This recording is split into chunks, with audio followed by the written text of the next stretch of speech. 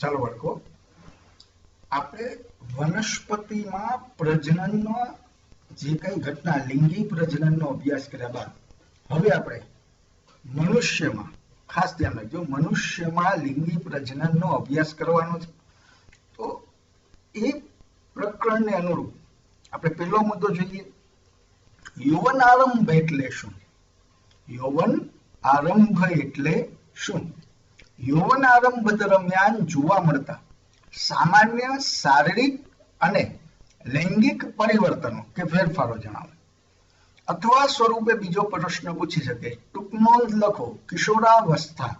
અહીંયા વાંધો નથી, પણ ઘણી વખત મુગ્ધાવસ્થા, ટૂંક નોંધ લખો, મુગ્ધા અવસ્થા. તો ઘણી વખત બાળકો કન્ફ્યુઝ થઈ જતા હોય બાળકો, એટલે પ્રશ્નનું ધ્યાન રાખવાનું છે બાળકો. હવે આ યૌવન આરંભ છે એ તમારે ધોરણ 8 માં પ્રકરણ આવી ગયેલું છે બાળકો. યૌવન આરંભ એટલે શું? તો કે જે ઉંમરે પ્રજનન અંગો ક્રિયાશીલ બને, જે ઉંમરે પ્રજનન અંગો ક્રિયાશીલ બને, તેમજ છોકરો અને છોકરી જાતીય રીતે પરિપક્વતા મેળવે તેને યૌવન આરંભ કહેવાય છે. સામાન્ય રીતે શારીરિક વૃદ્ધિનો દર ધીમો થવાની શરૂઆત થાય છે. શારીરિક વૃદ્ધિ કે જે બાળપણથી જે વૃદ્ધિનો દર ઝડપી હતો એ હવે ધીમો પડી જશે. શારીરિક વૃદ્ધિનો દર કેવો થઈ જશે બાળકો? ધીમો થઈ જશે. પ્રજનન પેશીઓ પરિપક્વ થાય છે. કિશોરાવસ્થાના આ સમયગાળાને શું કહેવાય છે? તો કે યૌવન આરંભ કહેવાય છે. શું કહેવાય છે? યૌવન આરંભ. હવે તમને અહીંયા આકૃતિ દ્વારા પણ સમજાવવાના પ્રયત્ન કરેલા છે બાળકો. કિશોરાવસ્થા દરમિયાન થતા સામાન્ય ફેરફારો, કિશોરાવસ્થા દરમિયાન થતા સામાન્ય ફેરફારો. તો જોઈએ, છોકરો અને છોકરીમાં થતા સામાન્ય ફેરફારો નીચે મુજબ છે. બગલ અને જાંઘોની મધ્યના જનનાંગીય વિસ્તારમાં વાળ ઉગે છે. તેનો રંગ પણ ઘેરો થાય છે. હાથ, પગ તેમજ ચહેરાના ભાગે નાના રોમ ઉગે છે. ઊંચાઈ અને વજનમાં વધારો થાય છે. ત્વચા સામાન્ય રીતે તૈલી બને છે. જુઓ બાળકો, ખાસ સમજવાનું છે, ત્વચા છે એ સામાન્ય રીતે તૈલી બને છે. આ તૈલી ત્વચા ક્યારે બને? તો કે તૈલી ગ્રંથિઓ, આપણી ત્વચામાં જે તૈલી ગ્રંથિઓ છે એ કાર્યરત થાય, અને આ જ કારણે ત્વચા તૈલી બનવાને કારણે જ ચહેરા પર ખીલ પણ ઉદ્ભવે છે. જે લોકો છે પોતાનો ચહેરો યોગ્ય રીતે સમયાંતરે સાફ નથી કરતા, દિવસમાં તમે 1 વાર કે 2 વાર સાફ કરો એમ નહીં, યૌવન આરંભ એટલે કિશોરાવસ્થામાં તમે પહોંચો છો ત્યારબાદ તમારે વારંવાર ચહેરાને પાણી દ્વારા સાફ કરવો જોઈએ, જેથી ચહેરા પર જે તૈલી ગ્રંથિ દ્વારા જે ચીકણો પદાર્થ એટલે કે તૈલી ત્વચા બનેલી છે એના ઉપર ચોટેલા સૂક્ષ્મ રજકણો, જે વાતાવરણમાં રહેલા સૂક્ષ્મ રજકણો છે એ દૂર થઈ જાય. હવે ત્યારબાદ જાતીય ગુણ લક્ષણો, ખાસ ધ્યાન રાખજો બાળકો, જાતીય ગુણ લક્ષણો. તો જોઈએ, છોકરીઓમાં કેવા જાતીય ગુણ લક્ષણોનો વિકાસ થાય? તો કે અંડપિંડ છે એ માદા જાતીય અંતઃસ્ત્રાવનો સ્ત્રાવ કરે છે. અંડપિંડમાંથી માદા જાતીય અંતઃસ્ત્રાવનો સ્ત્રાવ થાય છે. અંડપિંડ અંડકોષો મુક્ત કરવાનું શરૂ કરે છે. પ્રજનન અંગોનો વિકાસ થાય છે. સ્તન ગ્રંથિઓ વિકાસ પામે છે અને તેના કદમાં વધારો થાય છે. સ્તનાગ્રની ત્વચાનો રંગ ઘેરો બને છે. રજોસ્ત્રાવ થવાને કારણે માસિક ચક્ર છે શરૂ થાય છે. ખાસ બાળકો, હવે વાત છે છોકરાઓમાં આ જે ફેરફારો છે, તો કે શુક્રપિંડ છે એ નર જાતીય અંતઃસ્ત્રાવનો સ્ત્રાવ કરે છે. શુક્રપિંડ શુક્રકોષોનું ઉત્પાદન શરૂ કરે છે. અન્ય ઘણા ફેરફારો કિશોરાવસ્થામાં થાય છે. ચહેરા પર દાઢી અને મૂછનો વિકાસ શરૂ થાય છે. શરીર વધારે સ્નાયુબદ્ધ બને છે. હવે અહીંયા સમજવાનું છે બાળકો, આપણે ઘણી વખત જીમમાં જતા હોય બોડી બનાવવા માટે, પણ આ જે બોડી બનાવવા માટેની જીમની જે તમારી તૈયારી છે એ ક્યારે શરૂ થશે? તો કે કિશોરાવસ્થામાં તમે પહોંચો છો ત્યારે સ્નાયુબદ્ધ તમારું શરીર બને છે ત્યારે તેની જરૂર છે. નાનપણમાં તમારે જીમમાં જવાની જરૂર નથી, કારણ કે સ્નાયુબદ્ધ શરીર આપણો સ્નાયુનો યોગ્ય વિકાસ થયેલો હોતો નથી. એટલે ખાસ કાળજી રાખશું બાળકો, કારણ કે ઘણા કિસ્સાઓમાં નાનપણમાં જીમમાં જવાથી, ભારે કસરત કરવાથી ઘણી વખત નુકસાન પણ થાય છે. ત્યારબાદ અવાજ કર્કશ અને જાડો બને છે. અવાજ છે એ કર્કશ અને જાડો બને છે, એટલે કે ઘોઘરો અવાજ થાય. એટલે ખાસ બાળકો ધ્યાન રાખજો કે તમારે જો તમારા અવાજમાં પરિવર્તન ન આવવા દેવું હોય, તમારે તમારા અવાજમાં જે પરિવર્તન છે જે થવાનું છે, અંતઃસ્ત્રાવ્ય ગ્રંથિને કારણે આ જે કંઈ ફેરફારો થાય છે, કિશોરાવસ્થામાં તમે પહોંચો છો ત્યારબાદ જે આ ફેરફારો થાય છે એમાંનો આ ફેરફાર કે જે અવાજ છે આપણો ઘોઘરો થઈ જવો એ ન થવા દેવું હોય તો ખાસ હવે ધ્યાન રાખજો બાળકો કે 5-7 વર્ષ સુધી એટલે કે આપણે કહીએ કે 21 વર્ષની આપણી જે ઉંમર થાય ત્યાં સુધી બૂમો ન પાડવી, રાડો ન નાખવી. જેટલી તમે સ્વર પેટીને તકલીફ આપશો જોર જોરથી બૂમો પાડીને, એટલો અવાજ તમારો ઘોઘરો વધારે થશે. ખાસ બાળકો ધ્યાન રાખજો. ખભા અને છાતીનો ભાગ વિસ્તૃત બને છે. શીશના પ્રસંગોપાત મોટું અને સખત થઈ ઉર્ધ્વસ્થ બને છે. ત્યારબાદનો આપણો પ્રશ્ન છે, લિંગી પ્રજનન માટે બે સજીવો વચ્ચે જનન કોષનું સ્થળાંતર કેવી રીતે થાય છે? બે સજીવો વચ્ચે એટલે બે વ્યક્તિઓ વચ્ચે. અત્યારે આપણે મનુષ્યમાં લિંગી પ્રજનન ભણીએ છીએ એટલે વ્યક્તિઓ શબ્દ વાપરેલો છે. તો જોઈએ, લિંગી પ્રજનનમાં બે સજીવોના જનન કોષનું સંમિલન નીચેની પૈકી કોઈ એક રીતથી થાય છે. પહેલું, અહીંયા વનસ્પતિનું બતાવેલું છે. જુઓ, સપુષ્પી વનસ્પતિના પુષ્પના પરાગાશયમાંથી પરાગરજ. જો અહીંયા ખાસ ધ્યાન રાખજો, અહીંયા બે સજીવો શબ્દ વાપરેલો છે એટલે વનસ્પતિને આવરવી જરૂરી છે. માત્ર બે વ્યક્તિઓ હોય તો આ મુદ્દાની જરૂર છે નહીં. ખાસ સમજવાનું છે બાળકો. જો તમને પ્રશ્નાઓ પૂછેલો હોય કે લિંગી પ્રજનન માટે બે સજીવો વચ્ચે જનન કોષનું સ્થળાંતર કેવી રીતે થાય છે, તો વનસ્પતિનું ઉદાહરણ લેવાનું છે, વનસ્પતિ વાળો મુદ્દો લેવાનો છે. જો તમને એવો પ્રશ્ન પૂછેલો હોય કે લિંગી પ્રજનન માટે બે વ્યક્તિઓ વચ્ચે જનન કોષનું સ્થળાંતર કેવી રીતે થાય છે, તો વનસ્પતિનો મુદ્દો લેવાનો નથી. જોઈએ જવાબમાં, સપુષ્પી વનસ્પતિના પુષ્પના પરાગાશયમાંથી પરાગરજ શરીરની બહાર મુક્ત થાય છે અને નરમાંથી જનન કોષો મુક્ત થાય છે. અથવા દેડકા જેવા પ્રાણીઓ નર અને માદા જનન કોષોનું શરીરની બહાર ફલન થાય છે. ખાસ ધ્યાન રાખો, દેડકામાં શું થાય છે તો કે નર જનન કોષો અને માદા જનન કોષો પાણીમાં મુક્ત થાય અને પાણીમાં તેનું ફલન થાય છે, એટલે બાહ્ય ફલન થાય છે. શું થાય છે? બાહ્ય ફલન. બીજો મુદ્દો, બે વિજાતીય પ્રાણીઓના સમાગમ દરમિયાન તેમના શરીર જોડાય ત્યારે ફલન માટે નર જનન કોષો માદાના શરીરમાં આંતરિક સ્થળાંતર પામે છે, તેને અંતઃફલન કહેવાય છે. ઘણા પ્રાણીઓમાં અંતઃફલન જોવા મળે છે. અંતઃફલન માટે નર જનન કોષોને માદાના શરીરમાં સ્થળાંતરિત કરવા સસ્તન પ્રાણીઓમાં જાતીય સમાગમ માટે વિશિષ્ટ મૈથુન અંગ શિશ્ન હોય છે. એટલે તમારે માત્ર અહીંયા બે વ્યક્તિનું પૂછેલું હોય તો બીજો મુદ્દો લખવાનો છે, સજીવો પૂછેલું હોય તો બંને મુદ્દાઓ લખવાના છે. ખાસ બાળકો સમજવાનું છે, જરા પણ જવાબ લખવામાં ઉતાવળ કરવાની નથી, કારણ કે હવે તમે ધોરણ 10 માં અભ્યાસ કરો છો એટલે તમારા પેપર છે એ બોર્ડ દ્વારા પેપર લેવાશે અને બોર્ડ જ તેની ચકાસણી કરશે. હવે આપણે જોઈએ છીએ પુરુષનું પ્રજનન તંત્ર આકૃતિ સહિત સમજાવો અથવા સમજાવો, વિસ્તૃત રીતે સમજાવો નર મનુષ્યનું પ્રજનન તંત્ર. ક્લિયર બાળકો? હવે ખાસ સમજો બાળકો, 3 ગુણમાં પ્રશ્ન પૂછાઈ શકે, પુરુષનું પ્રજનન તંત્ર અથવા સ્ત્રીનું પ્રજનન તંત્ર. જેમ પ્રશ્ન આવતા જશે એમ હું તમને કહેતો જઈશ કે કયા પ્રશ્ન છે કેટલા ગુણમાં પૂછાશે. જ્યાં જ્યાં તમને કીધું હોય કે આ પ્રશ્ન છે 3 ગુણમાં પૂછાશે અથવા 2 ગુણમાં પૂછાશે, એ પ્રશ્ન છે એ ખાસ તૈયાર કરી લેવો કે જેથી કરીને બોર્ડની એક્ઝામમાં આપણને કોઈ જાતની તકલીફ થાય નહીં. હવે પેલા આકૃતિ જુઓ, તો આકૃતિ તમારે દોરવાની છે બાળકો, આકૃતિ તમારે દોરવાની છે.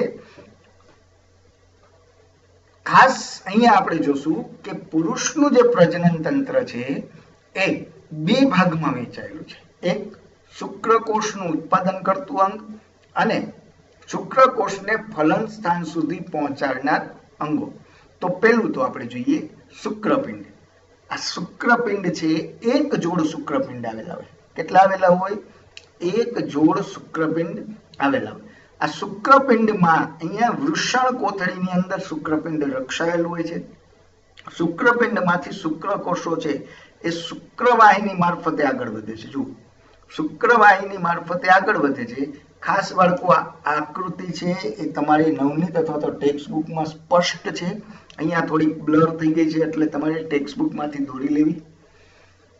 ખાસ અહીંયા આપણને મૂત્રાશય દર્શાવેલું છે, અહીંયા શુક્રાશય દર્શાવેલું છે, આ પ્રોસ્ટેટ ગ્રંથિ દર્શાવેલી છે. તો પ્રોસ્ટેટ ગ્રંથિ અને શુક્રાશયનો સ્ત્રાવ છે એ શુક્રવાહિનીમાં ભળે છે. જે શું કરે છે તો કે શુક્રકોષોને ગતિશીલતા અને જીવિતતા બક્ષે છે. ગતિશીલતા અને જીવિતતા. ગતિશીલતા એટલે ઝડપથી વહન કરી શકે અને જીવિતતા એટલે લાંબો સમય સુધી એ જીવંત રહી શકે. હવે આ શુક્રવાહિની છે, ખાસ સમજો બાળકો, શુક્રવાહિની છે એ મૂત્રાશયમાંથી આવતી મૂત્રવાહિની સાથે જોડાઈ જાય છે અને ત્યારબાદ તે ક્યાં દાખલ થાય છે તો કે શિશ્નમાં દાખલ થાય છે. હવે સમજો ખાસ, મૂત્રાશયમાંથી આવતી મૂત્રવાહિની અને શુક્રપિંડમાંથી શુક્રાશયમાંથી આવતી શુક્રવાહિની છે એ બંને જોડાય છે. બંને જોડાય પછીની જે રચના બને છે એને મૂત્રજનન માર્ગ કહેવાય છે. મૂત્રજનન માર્ગ કહેવાય છે. ક્લિયર બાળકો? હવે આપણે દરેકને સમજીએ. પહેલા શુક્રપિંડને જોઈએ. ઉદર ગુહાની બહાર, ઉદર ગુહાની બહાર વૃષણ કોથળીમાં એક જોડ શુક્રપિંડ આવેલા હોય છે.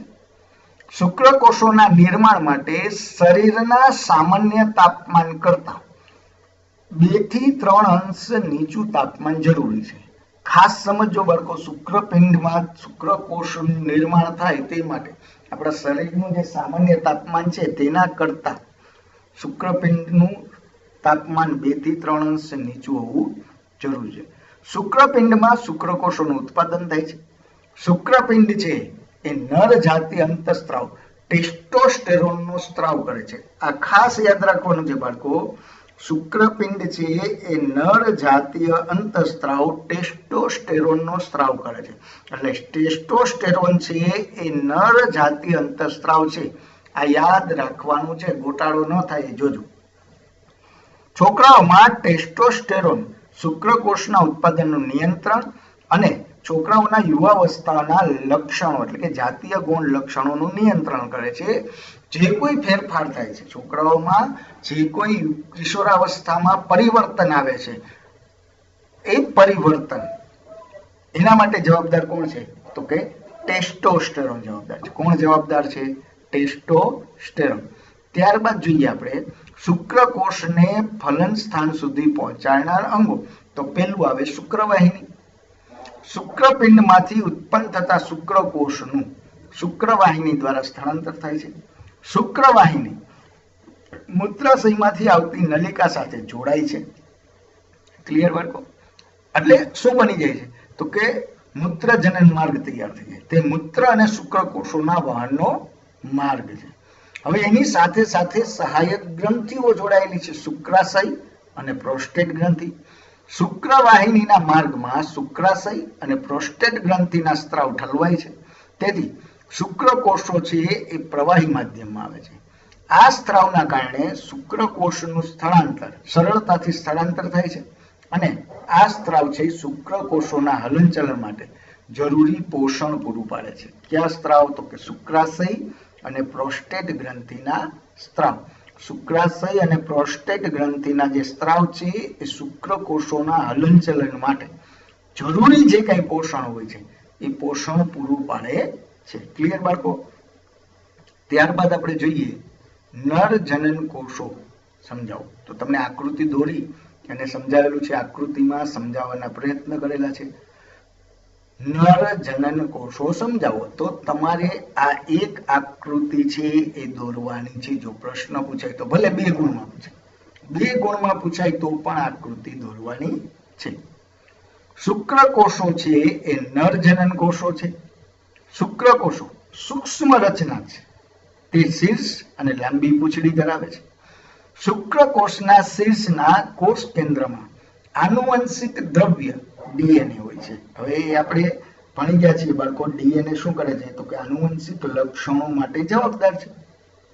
પિતૃ પેઢીમાંથી સંતતિમાં જે લક્ષણો ઉતરી આવે છે એ કેમાં સંકળાયેલા હોય તો કે ડીએનએમાં. તે નર પિતૃના આનુવંશિક લક્ષણોનું વહન કરે છે, કારણ કે નરમાંથી આવે છે. લાંબી પૂંછડી શુક્રકોષને માદા પ્રજનન કોષ તરફ સ્થળાંતર કરવામાં મદદરૂપ થાય છે. આ 2 ગુણનો પ્રશ્ન થયો, પણ આ પ્રશ્ન બાળકો એટલું બધું કિંમતી ન ગણી શકાય. હવે પ્રશ્ન છે માદા મનુષ્યનું પ્રજનન તંત્ર અથવા સ્ત્રીનું પ્રજનન તંત્ર. આ પણ 3 ગુણનો પ્રશ્ન છે, ખાસ ધ્યાન રાખજો. તો સ્ત્રીના પ્રજનન તંત્રમાં એક જોડ અંડપિંડ આવેલા હોય. આ અંડપિંડ પછી અંડવાહિની આવેલી હોય. અંડવાહિની છે ગર્ભાશયમાં જે ઊંધા ત્રિકોણ જેવી રચના છે ગર્ભાશય કહેવાય. ગર્ભાશયથી આગળની રચના છે ગ્રીવા છે. ગ્રીવા પછીનો જે માર્ગ છે યોનિ માર્ગ કહેવાય, અને આ ભાગ છે એને યોનિ દ્વાર કહેવાય છે. આટલી આખી સ્ત્રી માદા મનુષ્યના પ્રજનન તંત્રની રચના છે. જોઈએ સ્ત્રીનું પ્રજનન તંત્ર. આકૃતિ પણ દોરવાની છે બાળકો, આકૃતિ આ પણ તમારે દોરવાની છે. સ્ત્રીનું પ્રજનન તંત્ર એક જોડ મૂત્રપિંડ, એક જોડ અંડવાહિની. અંડવાહિનીનું બીજું નામ છે ફેલોપિયન નલિકા. અંડવાહિનીનું બીજું નામ શું છે? ફેલોપિયન નલિકા. ભૂલાવવું જોઈએ નહીં બાળકો. ગર્ભાશય, ગ્રીવા, યોનિમાર્ગ અને યોનિદ્વાર ધરાવે છે. હવે અંડપિંડની આપણે ચર્ચા કરીએ તો સ્ત્રીના ઉદર ગુહામાં એક જોડ અંડપિંડ આવેલા હોય છે. માદા જનન કોષો અંડપિંડમાં નિર્માણ પામે છે. પણ ખાસ અહીંયા સમજજો બાળકો કે જ્યારે કોઈ બાળકનો જન્મ થાય અને એ બાળક છે છોકરી સ્વરૂપે જન્મ પામે તો તેના અંડપિંડમાં અપરિપક્વ અંડપુટિકાઓ હાજર હોય છે. આ અંડપુટિકાઓ છે એ કિશોરાવસ્થામાં જ્યારે પ્રવેશે ત્યારે પરિપક્વતા થવાની શરૂઆત થાય છે. ક્લિયર બાળકો? આટલું યાદ રાખજો.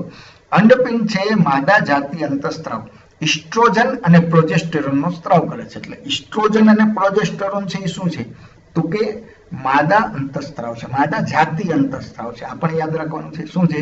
માદા જાતીય અંતઃસ્ત્રાવ છે. છોકરીના જન્મ સમયથી જ અંડપિંડમાં હજારો અપરિપક્વ અંડપુટિકાઓ હોય છે. યૌવન આરંભે કેટલાક અંડકોષો પરિપક્વ થવાની શરૂઆત કરે છે. બંને અંડપિંડ વારા ફરતી પ્રતિમાસ એક અંડકોષ મુક્ત કરે છે. હવે અહીંયા શબ્દ વાપરેલો છે વારા ફરતી, તો એવું જરૂરી નથી કે એક વખત અહીંથી અંડકોષ ઉત્પન્ન થયો તો બીજી વાર અહીંથી જ અંડકોષ ઉત્પન્ન થાય, એવું જરૂરી હોતું નથી. ચાલો હવે અંડવાહિની અથવા તો ફેલોપિયન નલિકા. તો એક જોડ અંડવાહિની હોય છે, તે અંડપિંડ સાથે જોડાયેલી નથી. આ ખાસ આકૃતિમાં સમજો બાળકો. અહીંયા કનેક્ટેડ નથી, પણ ઉપર તરફ ખાલી આવૃત છે. ઉપર તરફ આવૃત છે. એ પ્રસરણ દ્વારા, કઈ ઘટના દ્વારા? પ્રસરણ દ્વારા છે અંડકોષો પ્રાપ્ત કરે છે. પાતળી અંડવાહિનીના માર્ગે અંડકોષો અંડપિંડથી ગર્ભાશય સુધી વહન પામે છે. અંડવાહિનીના અગ્ર છેડે પાસે શુક્રકોષો વડે અંડકોષનું ફલન થાય છે. ક્લિયર બાળકો? અંડવાહિનીના અગ્ર છેડા પાસે શુક્રકોષ વડે અંડકોષનું ફલન થાય છે. ત્યારબાદ જોઈએ ગર્ભાશય.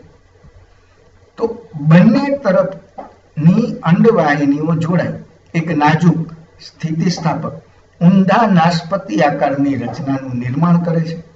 તેને ગર્ભાશય કહેવાય છે. ગર્ભનું સ્થાપન અને પોષણ ગર્ભાશયમાં થાય છે.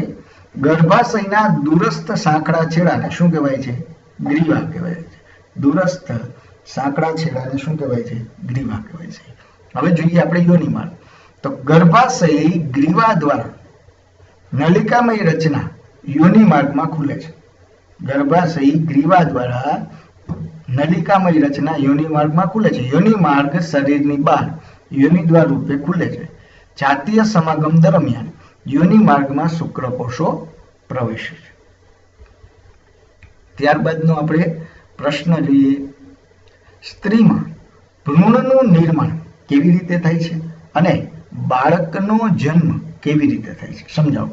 અથવા તો ગર્ભસ્થાનથી બાળ જન્મ સુધીની પ્રક્રિયા સમજાવો. પ્રશ્ન ઘણી બધી રીતે પૂછી શકે બાળકો. ખાસ બધા જે કંઈ આપણે મુદ્દાઓ ભણીએ છીએ અત્યાર સુધી જે કંઈ પ્રશ્નો ભણ્યા છે તો એ પ્રશ્નો તમને ગમે તે રીતે પૂછાઈ શકે.